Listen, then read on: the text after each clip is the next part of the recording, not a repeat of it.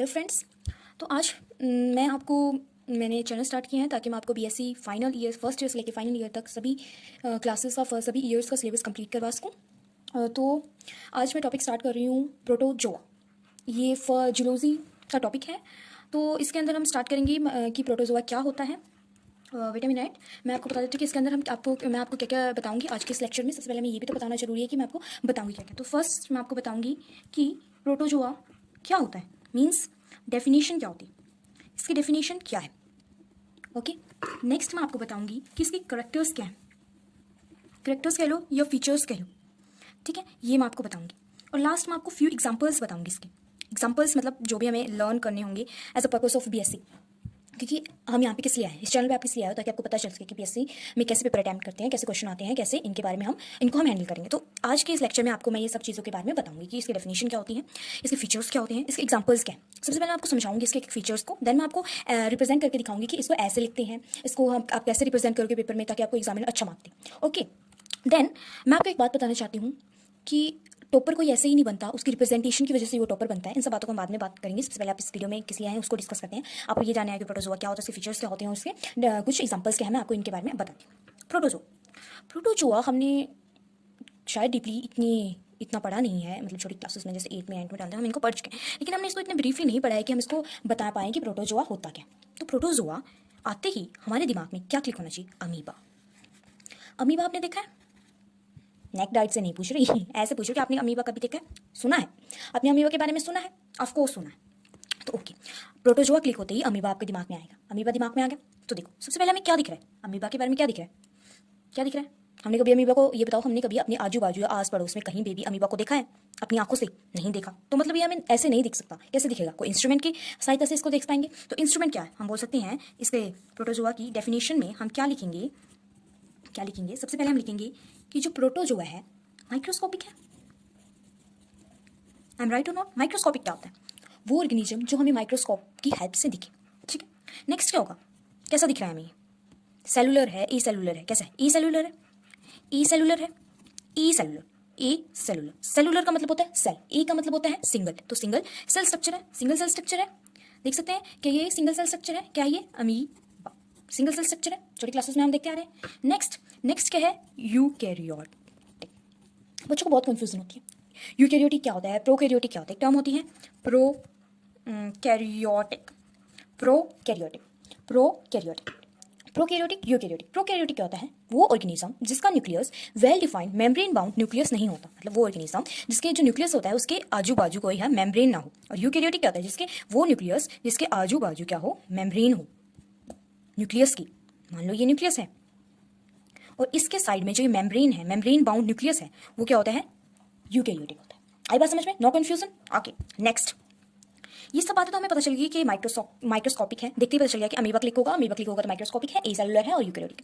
अब हमें देखना है कि कहाँ पे मिलता है, found, from where it is found either in solitary और इन कॉलोनी। सोलिटरीली क्या होता है, और कॉलोनीज। सबसे पहले हम देखेंगे सोलिटरी क्या होता है। सोलिटरी मतलब अकेला ही देखा है, मोस्टली डायग्राम अकेले का मिलता है अमीबा का। और इन कॉलोनीज मतलब झुंड में भी मिलेंगे। कुछ प्रोटोजोआ अकेले रहेंगे, सॉलिटरी होंगे, और कुछ प्रोटोजोआ क्या होंगे, कॉलोनी बनाकर रहेंगे, ठीक है। अब हमें पता चल गया ये रहते कैसे, हमें ये नहीं पता कि मिलते कहाँ पे। तो कहाँ पे मिलते हैं, एक्वेटिक। क्या है ये, aquatic. What do you mean by aquatic, aquatic means water, जल, पानी में मिलेंगे। दूसरा ये क्या हो सकते हैं, पैरासिटिक, दूसरों का खून पीने वाले, खुद का फायदा दूसरों का नुकसान, सेल्फिश। तो क्या होंगे ये, पैरासिट। ये सब बात हमें पता चल गई। क्या क्या पता चल गया हमें, सबसे पहले हमें पता चला कि माइक्रोस्कोपिक है, सेलुलर है, यूकैरियोटिक है। कहाँ पे पाए जाएंगे, अकेले, सॉलिटेरी, कॉलोनी में, इक्वेटिक वाटर, इक्वेटिक का मतलब होता है वाटर, और या पैरासिटिक। ये सारी डेफिनेशंस है हमें रिमाइंड कराने के लिए कि प्रोटोजोआ क्या होता है। अब मैं आपको नेक्स्ट पेज पे बताती हूँ कि आप इसको कैसे रिप्रेजेंट करेंगे कि आपको एग्जामिनर आपको फुल मार्क्स दे। ओके, तो मैंने इसकी डेफिनेशन लिख ली है कि आप इसको जब आप पेपर में रिप्रेजेंट करोगे इस डेफिनेशन को कैसे रिप्रेजेंट करोगे। सबसे पहले इनके प्रोटोजोआ की डेफिनेशन सबसे पहले हमने पढ़ा था, माइक्रोस्कोपिक होता है भाई, ए सेलुलर होता है, यूकैरियोटिक एनिमल होता है। ये मैंने आपको पिछली स्लाइड्स में बता दिया कि ये होता है। और ये हमें पता है कि कॉलोनी में रहेंगे या फिर अकेले सॉलिटेरीली रहेंगे और पानी में रहेंगे। तो इसको हम रिप्रेजेंट कैसे करेंगे, देखो प्रोटोजोआ की डेफिनेशन क्या अंडरलाइन किया, protozoa microscopic, acellular, eukaryotic, animal found either in colonies और solitarily, generally in the water. Water की जगह हम एक्वेटिक मीडियम भी लिख सकते हैं एज योर विश, और एज अ पैरासाइट। ये सब चीज़ें क्या हम कर लेंगे, इसमें तो कोई दिक्कत नहीं है। हमने पढ़ लिया था माइक्रोस्कोपिक है, सेलुलर यूकेरियोटिक है, सब लिखिए। अब चाहो तो आप अपने पेपर को रिप्रेजेंट करने के लिए, एक्सप्रेसिव बनाने के लिए आप एक एग्जाम्पल भी दे सकते हो। तो इसमें लिखा है कि एग्जाम्पल अमीबा, मैंने आपको अमीबा ही बताया, आप कुछ और एड ऑन भी कर सकते हो। अब देखो फर्स्ट चीज़ यहाँ पे मैंने एक सिंगल अंडरलाइन की है, भूल के भी आप ऐसा मत करना, क्योंकि जूलॉजी हो या बॉटनी हो, साइंटिफिक नेम के लिए ही हम सिंगल लाइन को रिप्रेजेंट करते हैं, तो इसलिए सिंगल लाइन नहीं डबल लाइन प्रेफर करना। तो सम टाइम हम क्या करते हैं कि अपने आंसर को हाईलाइट करने के लिए सोचते हैं, जैसे कि क्वेश्चन आ गया कि ये मान लो प्रोटोजोआ को डिफाइन करना है, तो हम सोचते हैं कि हम इसको क्या करें, ऐसे अपने मेन वर्ड को हाईलाइट करते हैं। जैसे मैंने कर दिया माइक्रोस्कोपिक, ए सेलुलर, यूकेरियोटिक, एनिमल, ठीक है ठीक है। तो इसको आप ऐसे हाईलाइट ना करके क्या करूँ, इसको एक बार और ऐसे करो, क्योंकि मेनली हम इसको हाईलाइट करने के लिए, मतलब इनको जूलॉजी के पेपर में, ऐसे केमिस्ट्री में हम ऐसा कर सकते हैं, लेकिन जूलॉजी में हमें क्या करना है, इसको डबल हाईलाइट करना है, डबल बार करना है। क्यों? क्योंकि हम as per nomenclature rule single line को जब तभी अंडरलाइन करते हैं तब कोई साइंटिफिक नेम। ओके ओके, तो हम नेक्स्ट टॉपिक स्टार्ट करते हैं। नेक्स्ट इसका पार्ट स्टार्ट करते हैं कि नेक्स्ट पार्ट क्या है। आपको समझ में आ गया अच्छे से? आप कमेंट करके मुझे बताओ कि मेरे पढ़ाने का तरीका आपको कैसा लगा, आपको कैसा समझ में आया। आपकी रिप्रेजेंटेशन, मतलब बीएससी के पेपर में अच्छे मार्क्स स्कोर करने के लिए 80% अबोव मार्क्स लाने के लिए आपकी रिप्रेजेंटेशन ही सबसे ज़्यादा मैटर करती है। अगर आपकी रिप्रेजेंटेशन ही अच्छी नहीं होगी तो आपको जाहिर सी बात है वो अच्छे मार्क्स नहीं देंगे। अगर आपकी रिप्रेजेंटेशन में दम होगा तो आप 80% अबोव, मैं लिख कर दे सकती हूँ कि आप 80% अबोव मार्क्स स्कोर करके रखें। ओके, तो नेक्स्ट टॉपिक स्टार्ट करते हैं। नेक्स्ट टॉपिक है कैरेक्टर्स। अब देखो मैं आपको कैरेक्टर्स भी ऐसे ही लर्न करने बताऊंगी जैसे मैंने इसको समझाया, जैसे माइक्रोस्कोपिक, ए सेलुलर, यूकेरियोटिक, कॉलोनी, सॉलिटेरी और एक्वेटिक मीडियम में पैरासाइट हो सकते हैं। ऐसे ही मैं आपको कैरेक्टर्स भी लर्न करने समझाऊंगी, तो मैं आपको रिप्रेजेंटेशन बताऊंगी कि आप उसको रिप्रेजेंट कैसे कर सकते हैं। ठीक है, सबसे पहले just a minute, I change the pen. सबसे पहले फर्स्ट फीचर हम क्या लिखेंगे कि वो ए सेलुलर। सबसे पहले हमने अमीबा ही लिया था, तो अमीबा को ही ध्यान में रखो। क्या ध्यान में रखो, देखो क्या दिख रहा है हमें, क्या दिख रहा है हमें, क्या दिख रहा है, ए सेलुलर। पहले ही डिस्कस कर चुके हैं कि ए सेलुलर क्या होता है, सिंगल सेल स्ट्रक्चर। पहले हम देखते हैं कि अपनी आंखों से हमें वो चीज़ दिख क्या रही है, फिर हम उसको लिखेंगे। ए सेलुलर दिख रहा है, पहला पॉइंट है। ए सेलुलर विथ प्रोटोप्लाज्मिक ऑर्गेनाइजेशन, मतलब प्रोटोप्लाज्मिक ऑर्गेनाइजेशन, इसका क्या मतलब हुआ मैम? इसका मतलब तो हमें समझाइए। प्रोटोप्लाज्मिक ऑर्गेनाइजेशन का मतलब होता है, जैसे ये मैंने जो मेम्ब्रेन के अंदर, अमीबा की मेम्ब्रेन के अंदर जो मैंने अमीबा की मेम्ब्रेन के अंदर जो मैंने ये बनाई है ना, ये फ्लूइड, इस फ्लूइड को बोलते हैं प्लाज्मा। इस फ्लूइड को हम बोलते हैं प्लाज्मा। और जो इसकी मेम्ब्रेन बाउंड है ना, इसके बाहर जो इसको प्लाज्मा को कवर कर रही है जो मेम्ब्रेन, उसको बोलते हैं प्रोटोप्लाज्मा।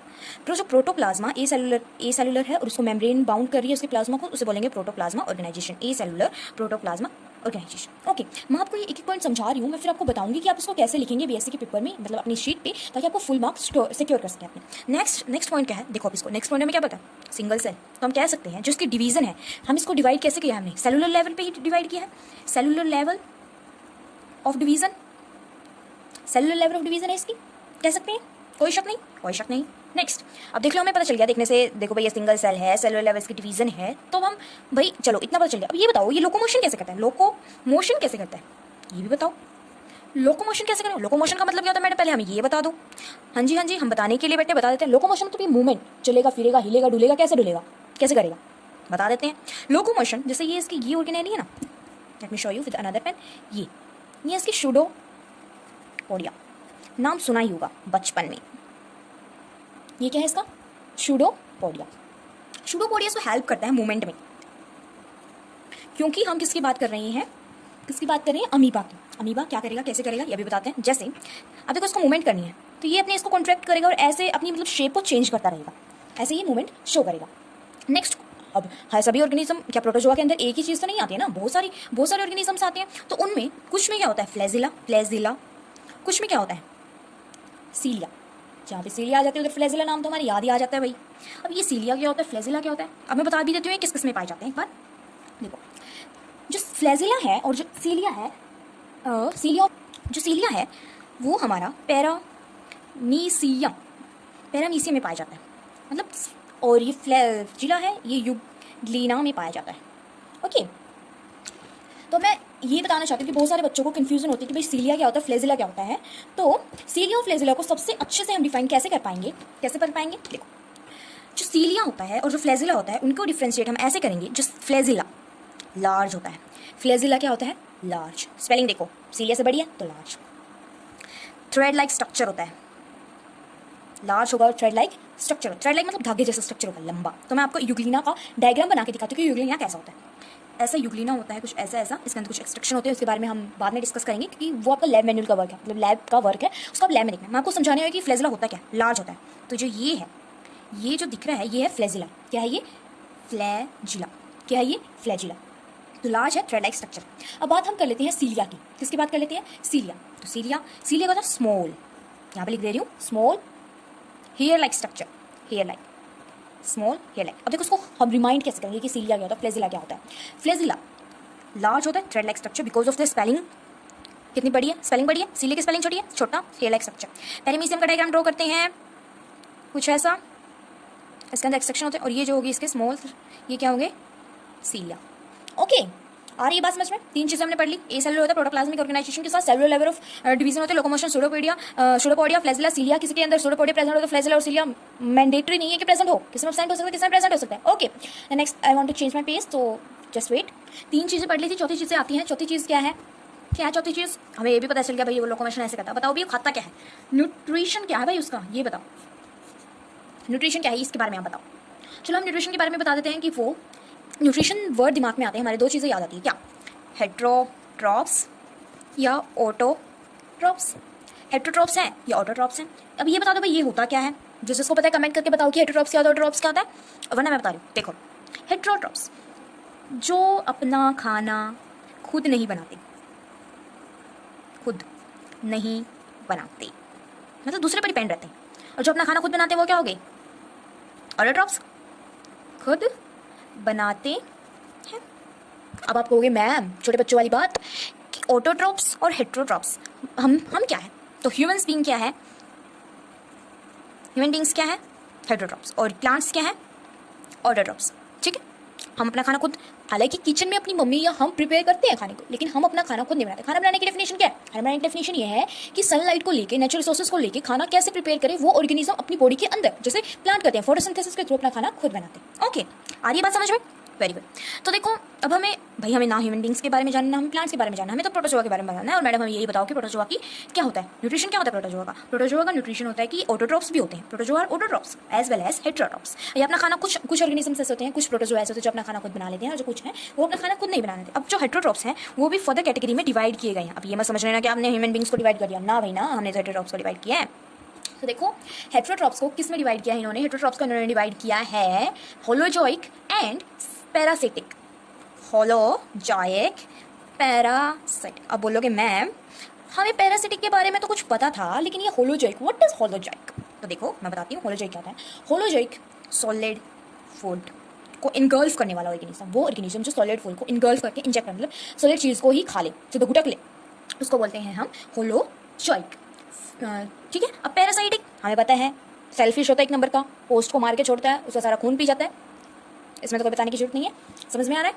ठीक है, तो नोट डाउन करते रहना, जो मैं आपको बताती हूँ कि रिप्रेजेंटेशन कैसे करना है उसे आपको याद रहेंगे। ठीक है, ठीक है। अच्छा 5th कर लेते हैं। 5th क्या है? हमें पता चल गया कि खाना कैसे करता है, चलता कैसे है। तो बताओ खाना तो खा लिया, वो अपना एक्सट्रैक्ट कहाँ से निकालेगा, अपना गंद कहाँ बाहर निकालेगा, अपनी टॉयलेट पार्टी कहाँ से करेगा? भाई सीधी सी बात तो यही है, हम रिलेट करके पढ़ रहे हैं भाई, ह्यूमन बींग से रिलेट करके पढ़ेंगे, यही बात पूछेंगे। तो क्या करता है वो?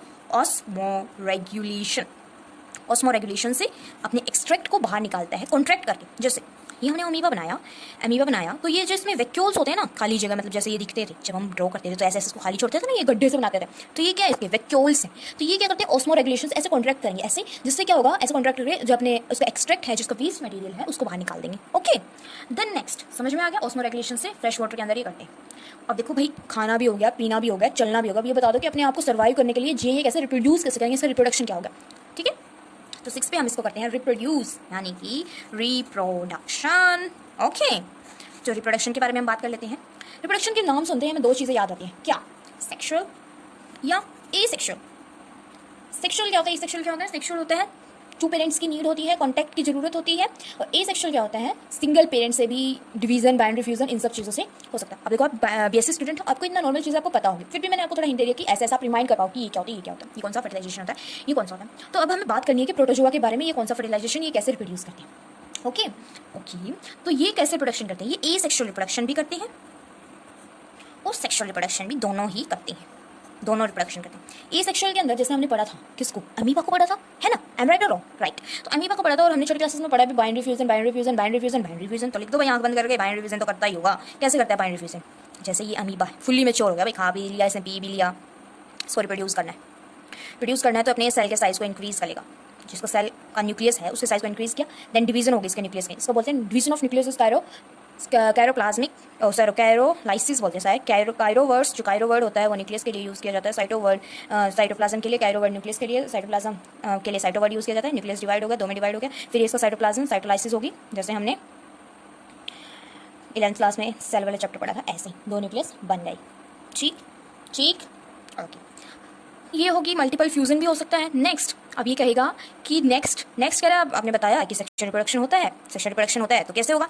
सबसे पहले सेक्सुअल रिप्रोडक्शन होगा कंजुगेशन का होता है मीटिंग। जैसे एक ऑर्गेनिज्म है, ये दूसरा ऑर्गेनिज्म है, कोई प्रोटोप्लाज्मिक ऑर्गेनिज्म है, सॉरी प्रोटोजोइक ऑर्गेनिज्म है, तो उनके बीच में ऐसे कंजुगेशन बनेगा, कोई कनेक्शन बनेगा, ऐसे कनेक्शन बनेगा दोनों ऑर्गेनिज्म के ऑर्गन के थ्रू, तो इससे बोलते हैं कंजुगेशन। Next autogamy. ऑटोगेमी क्या है? सेल्फ। ऑटो मतलब सेल्फ, गेमी मतलब फ्यूजन, सेल्फ फ्यूजन कर लेंगे। ठीक है ठीक है। तो मैं अब आपको ये बताती हूँ कि आप इसको, इन सब चीज़ों को, इसके फीचर्स को कैसे रिप्रेजेंट करोगे। ओके। तो देखो, हमने पढ़ लिया था कैरेक्टरिस्टिक, हमने समझ लिया। अब मैं आपको बताती हूँ कि आप उसको रिप्रेजेंट कैसे करोगे आपको फुल मार्क्स में। मान लिया आपको क्वेश्चन दे दिया, 2 मार्क का क्वेश्चन आ गया, सब पार्ट्स में आ गया। मान लो 8 मार्क का क्वेश्चन आता है तो उसमें सब पार्ट आ गया, define protozoa, define the characteristic, some characteristic of protozoa along with few examples. ठीक है, तो क्या करोगे आप, उसको कैसे रिप्रेजेंट करोगे? सबसे पहले मैं आपको दिखाई प्रोटोजोआ की डेफिनेशन आपको कैसे करनी है, वो वैसे आपको लिखोगे। उसके बाद आप करोगे कैरेक्टर्स ऑफ प्रोटोजोआ, आपको ऐसे रिप्रेजेंट करना है। कैरेक्टर्स लिखा 1 2 3 4 5 6 एंड ऑल, जितने भी आपको लर्न है उसको डिफाइन कर दो, उसको लिख दो। तो मैं आपको हाईलाइट करूँ कि मैंने आपको समझाया था जो, वो कैसे, वो आपको कैसे रिमाइंड रखना है। देखो सबसे पहले मैंने इसको हाईलाइट किया कि मैं आपको समझा रही हूँ कैरेक्टर्स क्या होते हैं प्रोटोजोआ के। आपको पेपर में ऐसे हाईलाइट नहीं करना, मैं सिर्फ आपको समझाने के लिए हाईलाइट करूँ कि मैंने आपको पहले इस चीज़ समझा दिया। अब मैंने देखो इसको कैसे एड ऑन किया है, कैसे इंग्लिश बनाई है इस चीज़ की। कोई हाई फाई इंग्लिश मैंने नहीं लिखी है, बिल्कुल सिंपल वर्ड्स में जो आपको समझ में आ रहा है वो चीज़ आप लिख दो। ठीक है। तो फर्स्ट मैंने क्या लिखा है, they are a cellular organism with protoplasmic organisation. मैंने बताया था कि ए सेलुलर ऑर्गेनिज्म है, दूसरा ये प्रोटोप्लाज्मिक है। बना लो। नेक्स्ट मैंने लिखा है कि मैंने बताया था कि cellular level of organisation, division of labour कैसी है, cellular level of organisation. Locomotion मैंने बताया था सूडोपोडिया के थ्रू, फ्लैजिला के थ्रू, सीलिया के थ्रू, और मे बी absent भी हो सकते हैं भाई, सब में एक चीज़ प्रेजेंट नहीं होगी, ये सब में किसी भी चीज़ का प्रेजेंट होना जरूरी नहीं है इन तीनों का। ओके, न्यूट्रिशन का बता दिया था मैंने, होलोजोइक, सॉलिड फूड मटेरियल, सेप्रोजोइक मैंने नहीं बताया। सेप्रोजोइक तो जो डेड एंड डिकेन ऑर्गेनिज्म है, मतलब सड़ी गली चीज़ों को खाते हैं, जैसे फंजाई। जैसे अब हम स्कूल की रोटी लेके जाते थे स्कूल में टिफिन में, और 2-3 दिन की छुट्टी हो जाती थी तो टिफिन को स्कूल बैग में भूल जाते थे, तो जो वो फंजाई लग जाती थी टिफिन बैग में, जो वो बुफन, जैसे हमारी हरियाणवी में हम बोलते हैं बुफन लगी, वही बुफन क्या है, फंजाई है। सेप्रोजोइक डेड एंड डिकेन ऑर्गेनिज्म को, सड़ी हुई गली चीज़ों को खाता है। पैरासिटिक, खुद का फायदा दूसरों का नुकसान, साला सेल्फिश इंसान है ना। ऑटोट्रॉप्स भी हो सकते हैं, और मोस्ट फ्यू ऑफ, कुछ ही ऑटोट्रॉप्स हैं, लेकिन most of them are heterotrophs. ठीक है, आप इनको स्क्रीनशॉट ले लो। ठीक है, आपको लिखने की झंझट नहीं होगा तो आप इसको स्क्रीनशॉट ले लो। Presence of contractile vacuole for osmoregulation in the fresh water protozoa, बता चुकी हूँ। ऑस्मोरेगुलेशन के लिए, अपने आप को साफ करने के लिए ऑस्मोरेगुलेशन करते हैं, किसके अंदर, फ्रेश वाटर के अंदर। Okay, next undergo sexual as well as asexual reproduction, दोनों रिप्रोडक्शन शो करते हैं। सेक्सुअल के अंदर कौन कौन सी टाइप आएगी, बाइनरी फिजन भी करते हैं, और बाय मल्टीपल फिजन। ठीक है, उसके बाद आता है सेक्सुअल रिप्रोडक्शन कॉन्जुगेशन से या ऑटोगैमी से, सेल्फ रिप्रोडक्शन जिसे हम बोलते हैं।